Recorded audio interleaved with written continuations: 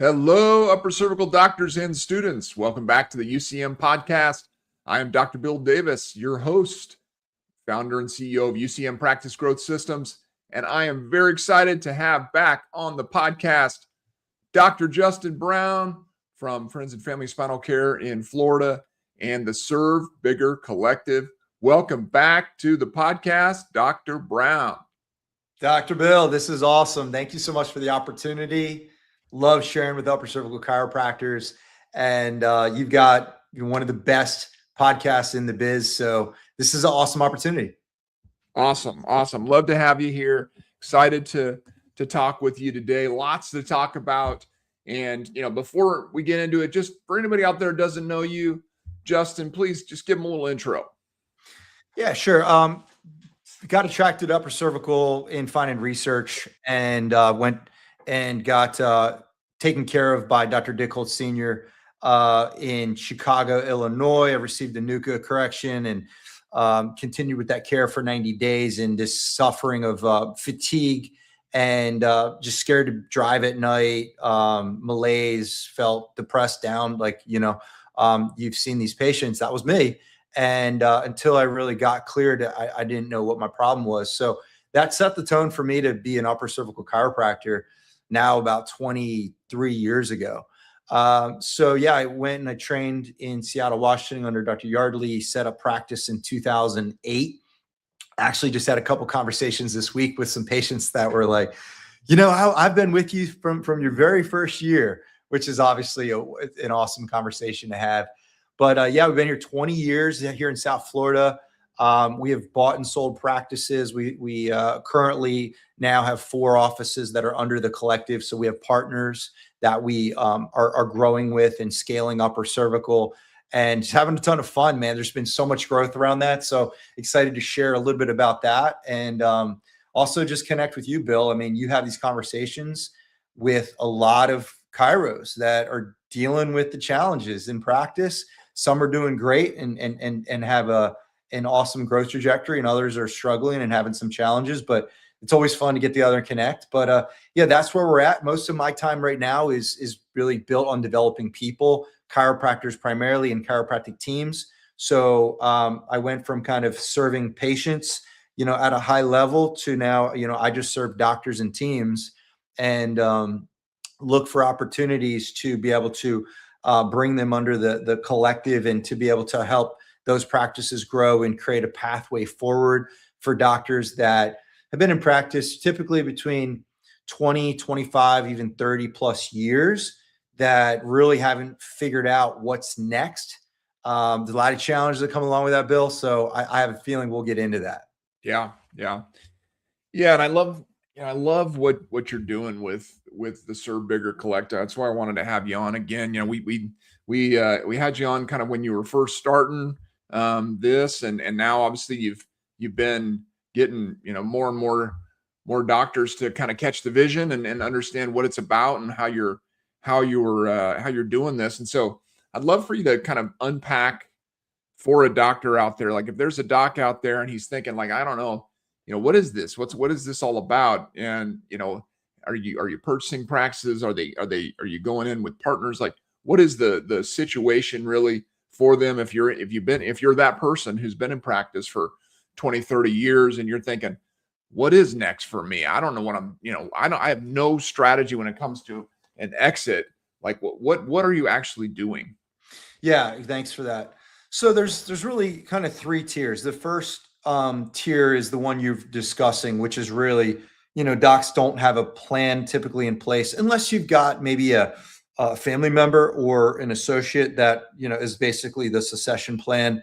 What we found is that there's a lot of those associates that, these docs have this vision that they're going to just basically buy the practice and then you can, go on cruises and read books and go fly fishing. And so that's, typically what these people have this vision. Then they go, that hasn't happened for the last 2 or 3 people I thought that was going to happen for. And so they're like, I don't know what to do. I don't have a good option. So that's kind of like the first piece. So we have a real pathway for those people where there is either a merger or an acquisition, just kind of depends on how you want to look at it. And then there's an ownership that they get in all the practices. So we've acquired 3 in the last 8 months. And there's going to be, we've got a new practice. So that's the second phase, is there's a new practice. If doctors that we see it's the right vision, they have the right values and they're aligned with our vision, then we have the ability to set them up in a practice. So we'll start a new practice. And that's going to be happening here in the next couple months. We've got somebody that we're setting up in a new practice. We actually have a couple people in our system that are going to be kind of moving into new practices as well. So there's a pathway to partnership for newer doctors that come in. We actually have this laid out pathway to give them the training, the business know-how, the acumen, the communications, the systems, so that they can be predictably successful in this process. And then, thirdly, we have this ability for these doctors that are really looking to, maybe they don't want to be owners, but they want to have a really solid income. They want to have ability to be rewarded for their work. They want to have flexibility. They want to have real benefits. They want to be a part of a team, and those people are really important to our organization. So we've got really kind of these 3 different branches that we serve these people in. And newer doctors. I mean, even newer doctors, if you're fresh out of school or you're in school right now and you like this idea of coming into a professional organization that can give you like this predictable pathway towards success, that's also a piece of Serve Bigger. So we talked about that, Bill. There's a recruiting end. I mean, we need to recruit the top doctors into upper cervical practices. To see us losing quality doctors to Flying 7 offices, PI mills, or the joint, to me is a problem. Yeah. Just because they're coming out with so much debt. They're just looking for stability. They get wooed by some salary, but they're not happy. And those people end up really disappointed as chiropractors 3 years, 5 years out. They'll go, yeah, well, I was paying my bills, but there's really no upside beyond that. They're sort of trapped by it. And it's a shame, right? When we lose these really high quality chiropractors to these models that don't allow them to actually express themselves uniquely in chiropractic. And, certainly we're biased towards upper cervical. So these are upper cervical practices, but yeah, there's about 15 doctors that are in currently right now. And we've got a significant number of doctors that we talk to on a weekly basis that are all coming on board here. We will add like 6 offices to the collective this year, and we're on target to go beyond that. But it's important that we grow smart instead of grow too fast. So the team's building. We have a service organization. So just to kind of put this in context, we have a holding company, which is Serve Bigger Collective. And then we have a managed service organization called Cervical with an S. So Cervical is what sort of helps us in our marketing and our financials and in our HR recruiting and in our it's the inflow outflow financially and a little bit of legal. There's legal on that as well. So we pull that off of the burden of the chiropractors, because I just don't find many chiropractors that are really super good at those things, number one, and number two, that they really enjoy them. And what we found is we can pull the tasks, the burden, the stress off of chiropractors and just allow them to stay in the lane that they are best at, which is really serving people, taking care of people, maintaining very high quality work, really feeding into those relationships. Then their happiness goes up, their practice goes up, their profits go up, and they're just more fulfilled in what they're doing. So that's a piece of it. Yeah, I love that. So I want to talk about both ends of this. So I didn't even think or I didn't realize that you were focusing, even on some of the new doctors, recent graduate students, and those kinds of things, and helping them to get into the system here that you're building. But I mean, obviously that is a major focus for us right now as well. I've been talking about that on the podcast throughout this year, and we're going to be at, I mean, a dozen chiropractic college events over the next several months, career fairs and whatnot. And I wrote a book called Your First 5 Years as a Chiropractor that we're using as a primary tool to connect with students and recent graduates. And it's all about a lot of what you're talking about right now, right? To try to catch students before they make the decision to go to the joint, right? Or to go to these places, right? And show them that there is another path that's going to be more fulfilling, that's going to help them to get better results in practice, that's going to be more just a higher level of chiropractic practice. They're going to feel more just enjoy practice more because they're going to be in a system that helps people who no one else can help, right? And so that's what the whole book is positioned in such a way that it gradually helps someone see that upper cervical is the best possible option coming out of school. But that's the goal. Like we're building our associate talent network. We're doing the things that we're trying to get students to make this decision early to go in the direction of upper cervical, right? Because if you get more and more students that will go in that direction, then you can get more associates into practices. You can help practices get bigger, more stable, more healthy. And then the other side of it is eventually get to that place where they can sell their practice. They can get into that place where they can actually have an exit that makes sense for them, because at some point you can't practice anymore, right? That's how it goes. But I'd love to talk more about the doctors who are in these situations, right?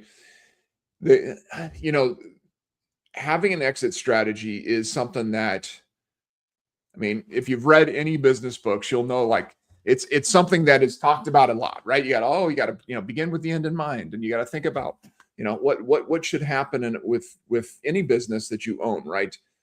And so, but the practicality of having a succession plan that is actually doable is a challenge, right? It's a challenge, and it's something that so many doctors just don't have anything, right? They don't have anything, or like you said, they got something and it never works, right? It's because it's all dependent on this one magical associate hire that they are out there looking for, who may never come, right? That's and true. So yeah, so talk about that. Talk about like, okay, what if I'm a doc right now, I'm 20 years in, 25 years in, whatever, and I'm thinking about this, like what are the things that I should be putting in place now in order to make it more likely that I can eventually sell my practice? Because that's the thing too, is doctors don't understand how much value their practice loses if they don't have a plan, right? Because your practice will gradually begin to diminish in your later years. Have you seen that, Bill? Have you talked to guys that Well, the it's just practice inevitable. Yeah. It's just inevitable, right? I mean, if you've been practicing 30, 40 years, you're not, you're usually not going as hard. I mean, especially if you're in solo practice. If you're in solo practice, it's just not physically possible to typically see as many patients as you saw when you were 20 years in as when you were 40 years in, right? And so, and also, if you're just in solo practice, your practice is totally vulnerable to anything, injury, illness, family emergency, whatever it is, right? So just talk about like the plan of like, here's the things that we recommend doctors have in place. Here's like a checklist of what the types of things that you want to start establishing earlier on in practice, so that you're set up for more success later on in practice. Yeah, for sure. So I think it's good to back up for a minute, because some people say, well, I don't ever want to stop practicing. I want to keep practicing. And I love that. I love that idea. And that's really our model, is that we know what it's the reward you get from putting your hands on people, from connecting with people, from, seeing that person come in, devastated and suffering, to the other side of that. And, that physical reward, I mean, we're all addicted to that to some degree. Like that's just, we love doing this thing that really there's a handful of people worldwide that can do. So we know that, and that's part of our model, is that people stay. It's not like that's a unique thing. A typical transaction is, if you sell your practice, you're like, well, what am I going to do now? Right? We Right. see what happens in our offices when people come in and they're like, yeah, I just retired. I mean, it's predictable. You see their health just fall off the shelf, right? Like they decline. So none of us are really wanting to stop practicing. It's really about having optionality. Mm, It's basically being able to breathe a little bit. I talk to docs that tell me, look, I'm trapped. I'm trapped by my business. I can't go and take vacations. I can't spend time with my family or my kids. My kids are getting older, or my grandkids. I want to spend more time with my grandkids. So there's a lot of issues that come along with that. Not to mention, when you age, the practice tends to age with it. The yeah. energy goes down. Energy is everything. As that energy declines, so does the practice.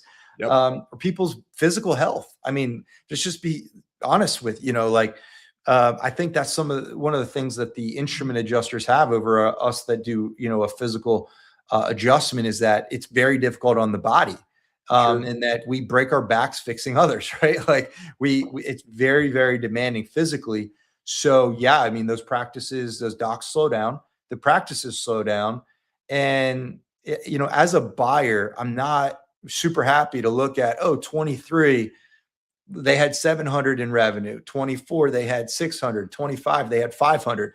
You don't want to see that sliding scale. That does not work to your advantage. So the one thing I would say is, stability and sustainability. If there's stability in your team, if you have a big, strong team, they've been there for a long time, you have employee retention, there's systems that are in place, there's organization, right? It doesn't look like it's a circus with this dynamic, circus creature in the middle with all these people bringing them brownies and cookies. Like, if you Right. see that, you go, really good for that doctor. That's not transferable. Mm, And the value on that is very low. yeah. So you want to have a team in place. You want to have system in place. You want to be organized. That's the other part, is just financials. Doctors they don't, P&Ls are something they look at maybe at the end of the year when the accountant throws them their way. And then they look at two numbers. They look at the income, and they look at the profit, Right. and that's how much they understand. They don't understand a balance statement. They don't have Mm, any idea what that means, or what that is, or why they should be interested in it. And their acumen around these things tend to be limited. But if you have more acumen around it, it tends to help these conversations. The other piece is really just not um, being too dependent on a single channel of marketing, right? If mm, you have one channel that you get all your people from, oh, we're 80% Facebook. Well, that's just one algorithm from your practice going down 80%, right? So when people have diversity of new patient flow, when they've got recurring revenue and a large wellness practice, that seems to be a value driver. To me, that's like a good check mark, and I give people credit for that. So we look at, I'm giving behind the curtains a little bit here, Bill, if yeah. that's okay, No, right? no, that's good. Yeah, because that's reality, right? Like, it's if you should want your practice to be sold at some point, right? Like, you've built all of this for all these years or decades, right? That's you know, you want it to to mean something, right? You want it to be able to pass on to, at least the income that you've produced from the business, to pass on to your kids, or to to whatever, to Yeah. your spouse, whatever it is. And so, yeah, if you don't start thinking about these things, at some point it's going to be too late, right? Like, Well, it's it's irresponsible. I mean, yeah, it's really irresponsible. I mean, think about the time and energy you put into, taking care of patients and analyzing cases, and the sleepless nights, and if you can even remember back to the big lift of starting a practice, and when you're sitting in your office, you're wondering if anybody's ever going to walk through those doors. All the way from that to where you're at currently, where you're like, shoot, I'm just trying to get a breath, between this, or um, So essentially think about all that energy and work, all the events you've been to, all the hotels you've slept in, all the continuing education, all that stuff. Like you should be rewarded for that. That has not been demonstrated in chiropractic well at all. Mm, There's very few people that you talk about that had this really happy exit, right? And, right. and so I've seen that as a problem for a long time, and that's again one of the reasons why Serve Bigger Collective is so timely. It's so important. And ultimately the patients, Bill. Like, Yes. what are we going to do? We're going to just walk away from these people that have been seeing us for 10, 15, 20, 30 years. We just going to go, you know what? I'm good to go. I hope you guys find a great provider and good luck. I mean, Yeah. that's a problem. So I'm so grateful for the mentors that I've had. I know you've had mentors. I mean, that's so valuable when you have mentors. So it's like, it's critical for the chiros that are doing upper cervical, and you understand how to take films, analyze films, understand mechanics, and correct an atlas subluxation, and do it consistently, and then be able to maintain that and manage that to see the changes in those people's lives. Like, you have very specialized knowledge that Yeah. is very valuable. Well, guess what? Nobody's getting that in school. So you Right. have this thing that's so powerful and valuable. You need to pass it on. You need to pay it forward. And people don't have associate systems. So they go, I tried that. That didn't work. That just cost me money, blah, blah, blah, blah. So we have that. We've actually trained over 35 associates.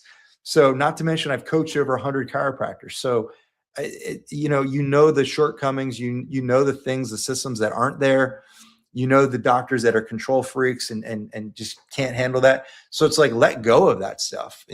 Pride and ego are really our only constraints. Pride and Mhm. ego. Okay. And if people can sort of get past that and see how beautiful this gift is that they have, and be able to share that, pass that on, keep the patients, under upper cervical care for generations to come, pay that forward, get a big reward. And that's the thing unique about Serve Bigger that I really didn't talk about, which is that, we want to take upper cervical to this whole new realm, right? Our place in healthcare is pitiful. Our product is so much better than our presence. Absolutely. Our product has this remarkable impact on people's lives, but our presence is so poor that people question it and doubt it, right? How many times have you heard, well, this is so great, why doesn't everybody do it? How many Mm, times have you heard that? yeah. Right? And then you got these chiropractors that are like, yeah, we're the world's greatest health secret. And I'm like, that's a terrible thing. We do Yeah. not want to be the secret anymore. It's 2026. It's time for us to not be the secret. It's time for us to be the standard, Yeah. right? It's time for us to be the standard, not the secret. And so, in this whole model, it's by coming together and getting organized and professionalized, we get access to enterprise value. So our shareholders are now going to have this opportunity at getting like a 5x, 6x plus multiple on a valuation that is completely unattainable by being alone as a one or two or three office operation. It's just, you don't get access to that. And so what I can tell you is that there is an appetite for people that want to invest in upper cervical, that want to take us to this position where we are the standard in most cities, that people know about us, that they see us, they recognize us, they understand us, they respect us, they appreciate us. It's time, right? It is definitely time for this to happen. And someone had to do it. So, it's like, you look around when you pray about these things and you're like, okay, God, who is it? And it's like, all right, it's time to look in the mirror. So this is our time. This is happening. We've got awesome docs on board. But, to your point, I love that you're so focused on attracting the young chiropractors, because if we don't bring in more young chiropractors in upper cervical, it's a problem. It's a challenge. And we're not going to see upper cervical in the same position it's in today in 5 years if the trajectory continues to go down the pathway that it has historically. Yeah. And it's both ends of it, which I love that you're working on that, right? We got to have more students that come out upper cervical focused. We have to have places for them to go, obviously. and then we have to stop losing practices on the back end, right? Like if you Mm, fix those two problems, if you have more students who are upper cervically minded coming out of school, and you keep the practices that are already there that are great practices, because that's the thing that kills me is these great practices, right? They've been around, and I love that you mentioned the patients because it's all about the patients. it's all about It's the like patient. the whole thing is about the patients, right? And if you can't be, if you're like, oh well, my family will just figure it out, I guess. But I know you have a heart for patients, right? You've got a heart for patients. And that has to be the big why of why you focus in on this, why you focus in on, okay, I'm not going to be here forever. I want these people in this community to be taken care of. They've been getting served, their families.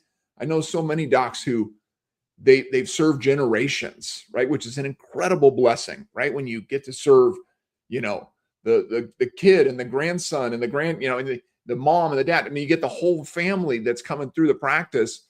You you don't want to just one day they come to the practice. There's a sign on the door that says, "I'm sorry, Doctor Smith died yesterday, and there was no practice, and so there's no one here to take care of you anymore." Right. Yeah, no, and it happens. I mean, listen, Facebook's full of practices for sale and equipment for sale. It's full of it. Okay. Yep. And so it's there is an issue on the back end for sure. There's an issue on the front end. Yeah, I mean, there's a big challenge here, Bill. There's a lot of work to do. But yeah, the patient is absolutely at the forefront. The patient Yep. is that is the thing. I mean, it's all about patient care. We start with patient care. We had a clinical training last Saturday where we had a bunch of our doctors all come together, and we're going over cases. We're pulling up CBCTs, pre, post. We're working up. We're talking about those cases. We're talking about challenging cases. We're bringing in people that multiple people that have over 20 years of experience, working down cases and sharing that in this collective, in this mastermind. Hmm. So it's just brilliant. So Yeah. these people are getting the best of all worlds. So the patient wins. Yeah. The providers win because they're building skills. They're learning from a guy that teaches on stages for functional neurology. So Mhm. when we're talking about vertigo, we're not only talking about the subluxation, but we're talking about where's the weakness in the pathway. So it's like Mhm. there's so much collaboration and connection, but in the end, I love that you brought it back to the patient because the patient is at the forefront. So clinical excellence is a core value of ours. It's absolutely critical. So if I talk to somebody that has a great business, but I can clearly see that their clinical work is garbage, doesn't align with us. Hmm. So it's just a no-go because that's not in alignment with our values. So, we need to make sure that we keep the main thing, which is really serving people, serving patients, taking care of those people. But on top of that, which I think most of the people listening to this are probably really good in that area, but you got to have excellence as a business person as well. Yeah. Because when you have excellence as a business person, it's going to allow you to serve a lot more people with your clinical excellence. And that's where I find there's this huge shortfall, which is really on the business side. The doctors don't have the systems, they don't have the leadership skills, they don't know what it means to CEO, they don't know how to recruit and attract great talent, they don't know necessarily how to market, they don't have conversion systems, they don't have retention systems. And so, because there's all these leaks in the bucket, it just becomes a lot of work and stressful. And you hear docs say, I'm burnt out. Hmm. Right. And sometimes they're being practiced for 18 months and they say, I'm burnt out. And I'm like, well, it's hard to be burnt out when you're on fire. Hmm. So it's probably not a burnout issue, right? It's probably a purpose issue. And Hmm. so we talk about that and we connect on those type of things.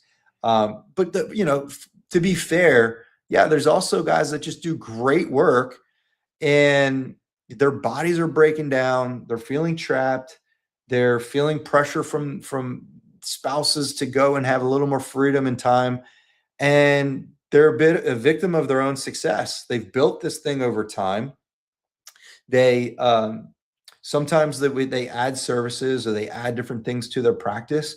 The costs of doing business rises. The revenues don't increase at the same time. The profits get squeezed. The margins get squeezed, and they seem like they're working harder. They're working more. They're making less. And they're like, how did this even happen? And then they're trapped by this machine that they can't get out of. They've got revenues that are so high that nobody's going to buy their practice coming out of school, especially if you come out of school with $250,000 to $350,000 of debt, going to a bank with no experience, asking to go get a loan on something like that. It's one, that's irresponsible, and two, they're probably just not going to happen, particularly in today's environment. So it's just interesting. You see this conundrum that these doctors are facing. It's not like one or two people. Like, this is a common conversation that I have. Yeah. Yeah. No doubt. Well, Justin, I just love what you're doing. I'm super excited about this. I'm glad that you've answered the call to do this. And I just feel it's so consistent with what we're doing here at UCM Practice Growth Systems. And, just we want to see doctors grow, right? And sometimes that's the next step for you is selling the practice or merging the practice in some way, shape, or form. That is going to be your next best step in order to continue to grow, in order to help more people in your community. And so and stay on board, what's that? To be able to have an agreement, but then stay on board and keep practicing, and increase income. That's the tricky part. Increase income, actually see your practice grow to its potential, because that's happened with all of our actions. They all grow, right? And so to be able to continue doing what you love, but have a little more time freedom, and then have access to something and be a part of something that transforms the landscape in upper cervical, and to be a part of something like that leaves chiropractic better than we found it.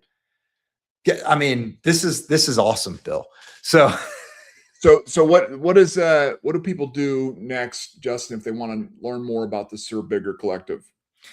Yeah, I mean, there's a website, servebigger.com. You can go and fill out the information form, and we will reach out to you. We'll connect. We'll get on a call, and we'll just share.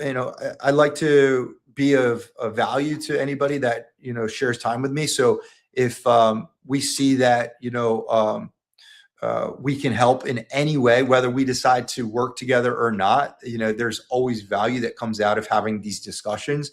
Having somebody that's looking over practices, that's running multiple $1 million practices, some well over $2 million practices, having somebody that's, had that background and history of helping upper cervical practices grow. There's always insights, right? There's always some golden nuggets that you can attain from that call. So we do a discovery call, and we'll have that. And listen, if you're interested in a practice valuation, we actually do a complimentary practice valuation. My team will do that for you. Whether you're in that space where you're thinking about what's next, or you're not even there, it's valuable to do that. We know that 82% of businesses that are on the market for sale right now do not sell. 82% do not sell. And, at that, the ones that sell always sell for less than what people think they should sell for. So, the numbers really aren't in your favor in that sense, but we have a solution around that. And ultimately, it's good to know what your practice would be valued at.